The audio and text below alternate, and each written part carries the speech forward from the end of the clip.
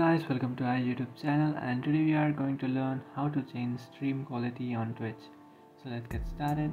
So to change your stream quality on Twitch, what you can do is just open up your Twitch application. After opening up your Twitch application, now what you can do is just select a stream that you would like to change the quality of. So for example, this one.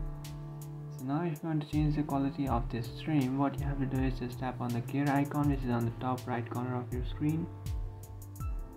After tapping on the gear icon, here you can find quality options.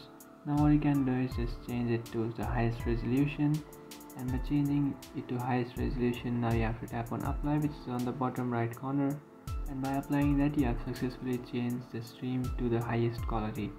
So that's it guys, this is how to change stream quality on Twitch. If you find this video helpful, don't forget to like and subscribe to our channel. If you have any doubts, feel free to comment below. Thanks for watching.